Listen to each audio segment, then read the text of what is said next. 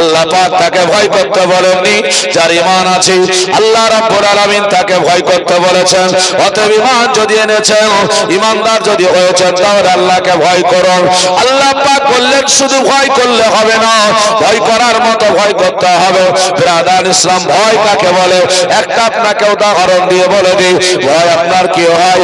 এই ভারতবর্ষে বাস করার জন্য আজকে সাইরে যার নাম ডিলিটেড হয়ে যাচ্ছে, তারা আজ এত চিন্তিত বলে আমার নামটা যদি ভোটার লিস্ট থেকে বাদ হয়ে যায়, তাহলে আমার আজকে সমস্ত সরকারি পরিষেবাগুলো বন্ধ হয়ে যাবে, আমি কিছুই পাবো না, আমার ভারতবর্ষে বাস হবে কি সেটাও আমি জানি না। এর জন্য ভয়ে কোথাও কোথাও আপনার যেন মানুষ আত্মহত্যা করে ফেললো, কোথাও মানুষ আপনার যেন ছোটবেলাতে আরম্ভ করলো, কোথায় কোথায় যেতে হবে তার আপনার যেন সমস্ত রাস্তা খোঁজ করা হয়ে গেল, কোথায় গেলে পরে আমার নামটা তোলা যাবে, এইরকম সমস্ত মানুষ আপনার যেন রাস্তা খোঁজ করতে আরম্ভ করলো।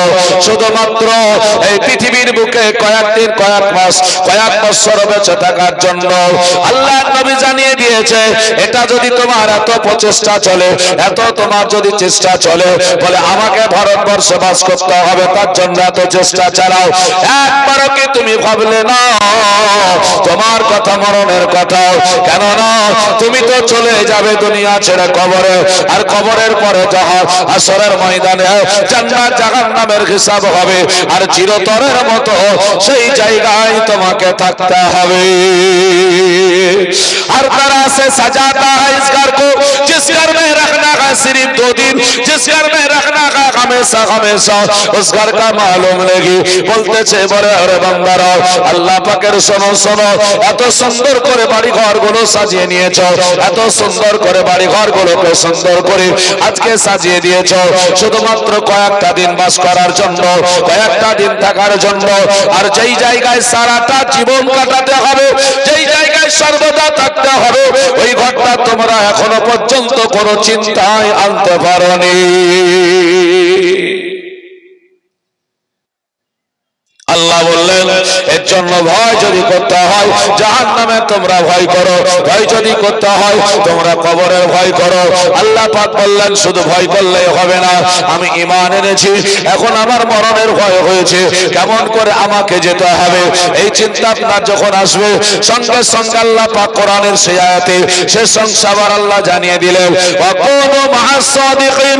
আল্লাহ তাবারাক ওয়া তাআলা বললেন ও আল্লাহ পাকের বান্দা শোনো শোনো, তুমি যখন আল্লাহ পাকের ভয়টা অন্তরে এনেছো, ওয়াকুনু মা'আস সাদিকিন, সত্যবাদীর সঙ্গ লাভ করো, সত্যবাদীর সঙ্গ হয়ে ঘোরাঘুরি করো। কেননা পৃথিবীতে বহু মানুষ থাকবে, তার মধ্যে থেকে যদি সত্যবাদীর সঙ্গ হতে পারো, সত্যবাদীর সাথী হতে পারো, তোমার জন্য কিয়ামতের বেড়া আল্লাহ পার করে দেবে। সত্য কথা, সত্য মানুষের সঙ্গে চলবো তো পরের কথা। আচ্ছা বলুন তো, সত্য কথাটা এখন ভালো মানুষের সঙ্গে মানুষ সম্পর্ক রাখে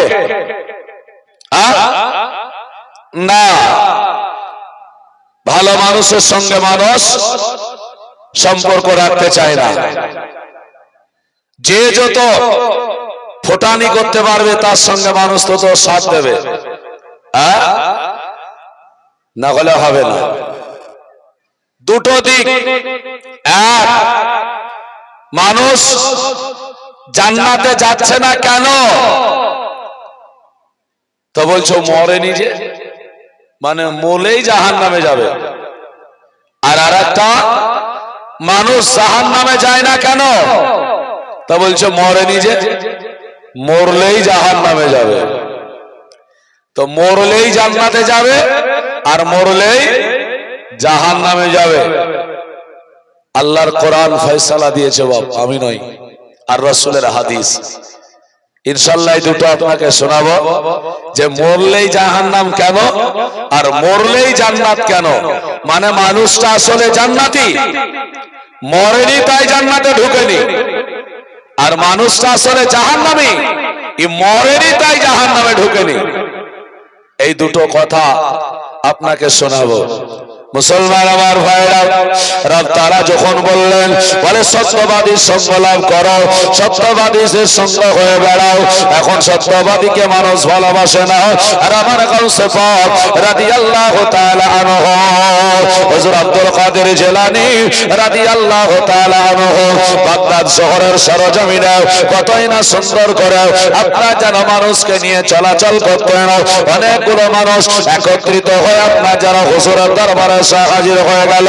আল্লাহ আল্লাহ হুজুর আব্দুল কাদের জিলানী রাদিয়াল্লাহু তাআলা আনহুকে বললেন, ওগো হুজুর দয়া করে একটা কথা বলো, আপনার সঙ্গে আমার কোনো কাজ দরকার আছে।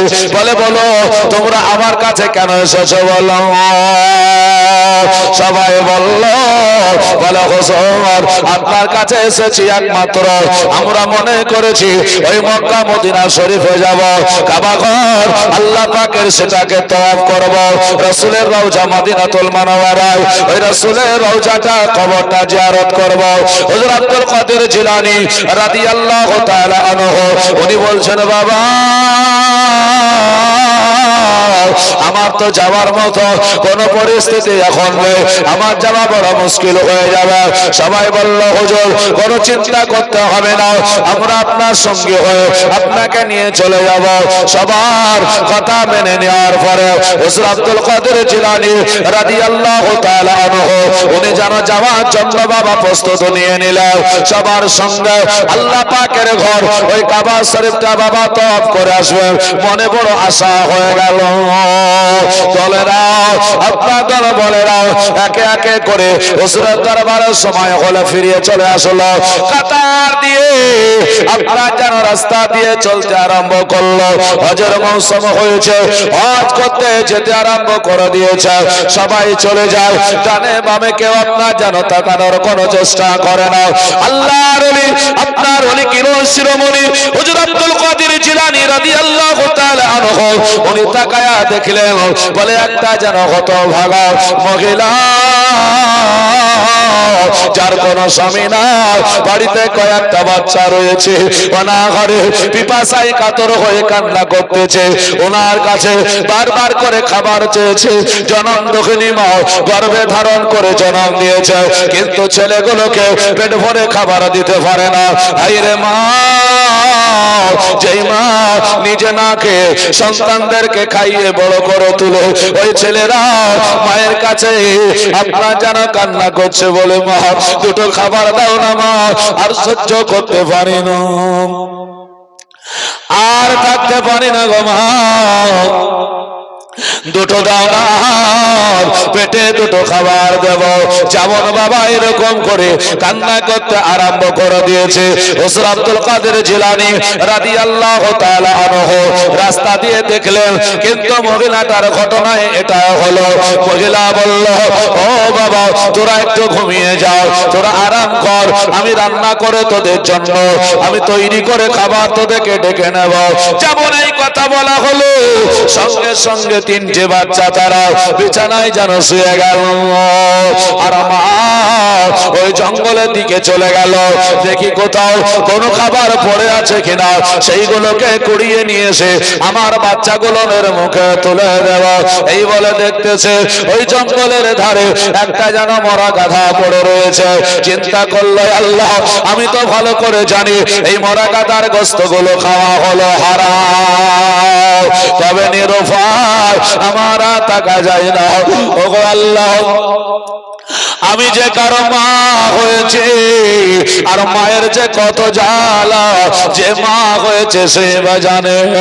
বলে মা হতে গেলে বাবা ছোটখাটো কথা আসে না। একজন মা আমার আপনার মতো ছেলেগুলোকে জন্ম দেওয়ার সময় মা আমার কয়েক কিলো যত জমিনে ফেলে দিয়ে আও করে কেঁদেছিল। তার আগে কত আমরা মাকে লাথি দিয়েছি পেটে, ওই কথা মনে পড়ে না। বলছে এখানে শেষ না, শুধু রক্ত মা ঝরিয়েছে এমনটা নয়, আমার মা যখন আমাকে পৃথিবী দেখিয়েছে ওই সময় মায়ের পেটের নাড়ির জোড়া গুলো টানতে টানতে টানতে একটা একটা করে বাবা 33টা মায়ের পেটের নাড়ি চিড়ে এই পৃথিবীর বুকে আমরা জন্ম নিয়েছি। একটু জোরে বলা যাবে না? ওই মায়ের কথা মনে পড়ে না, ওই মায়ের কথা একবারও স্মরণ হয় না।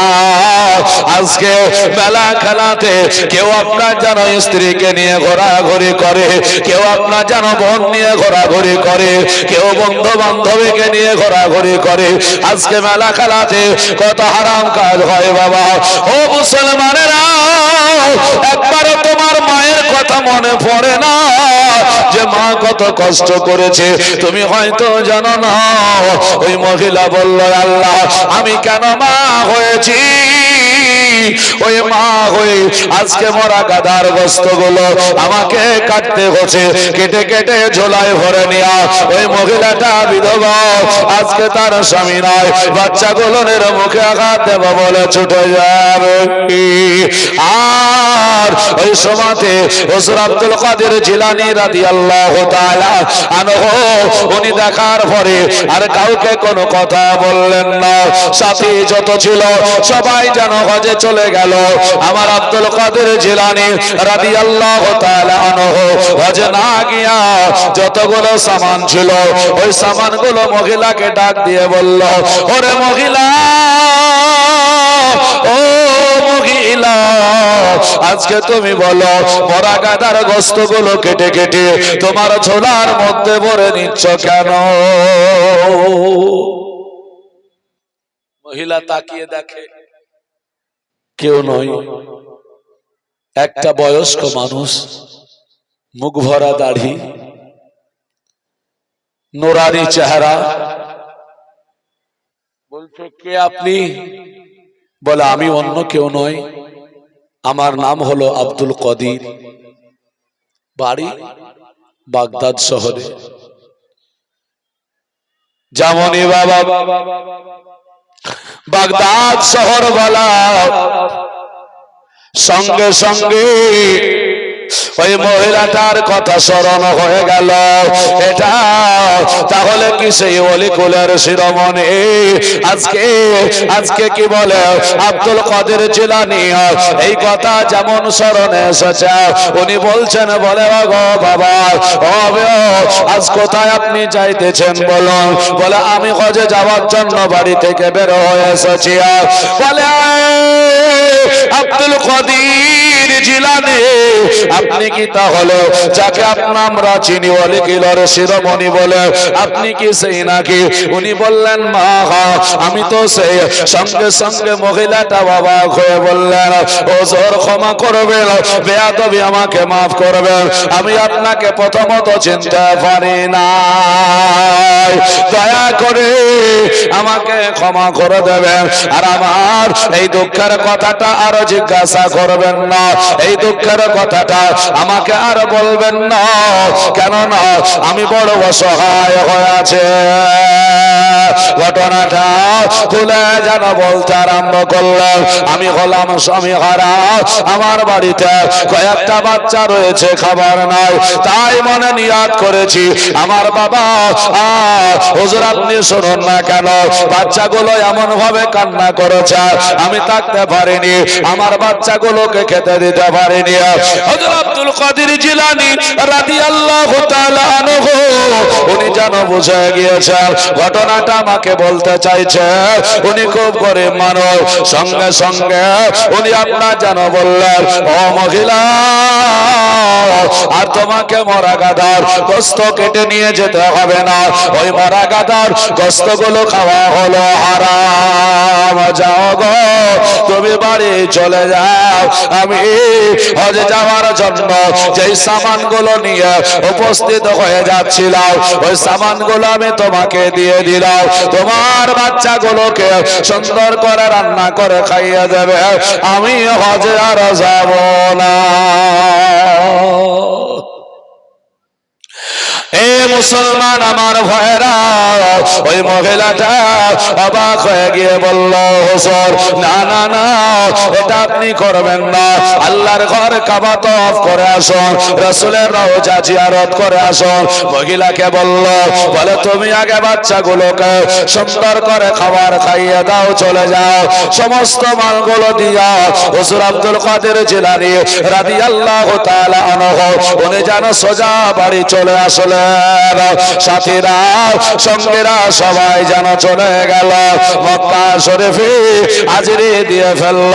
হুজুর আব্দুল কাদের জিলানী রাদিয়াল্লাহু তাআলা আনহু উনি যেন আল্লাহর কাছে দোয়া করলেন, আর রব্বুল আলামিন মাওলা, তোমার কাবা শরীফ আমি আর তওয়াফ করতে যেতে পারলাম না, রাসূলের রওজা জিয়ারত করতে যেতে পারলাম না, তবে আল্লাহ তুমি আমাকে কবুল করে নাও, আর সাথে যতগুলো আমার সঙ্গে যাওয়ার জন্য নিয়াতটা করেছিল আল্লাহ তাদের হজগুলো কবুল করে নাও।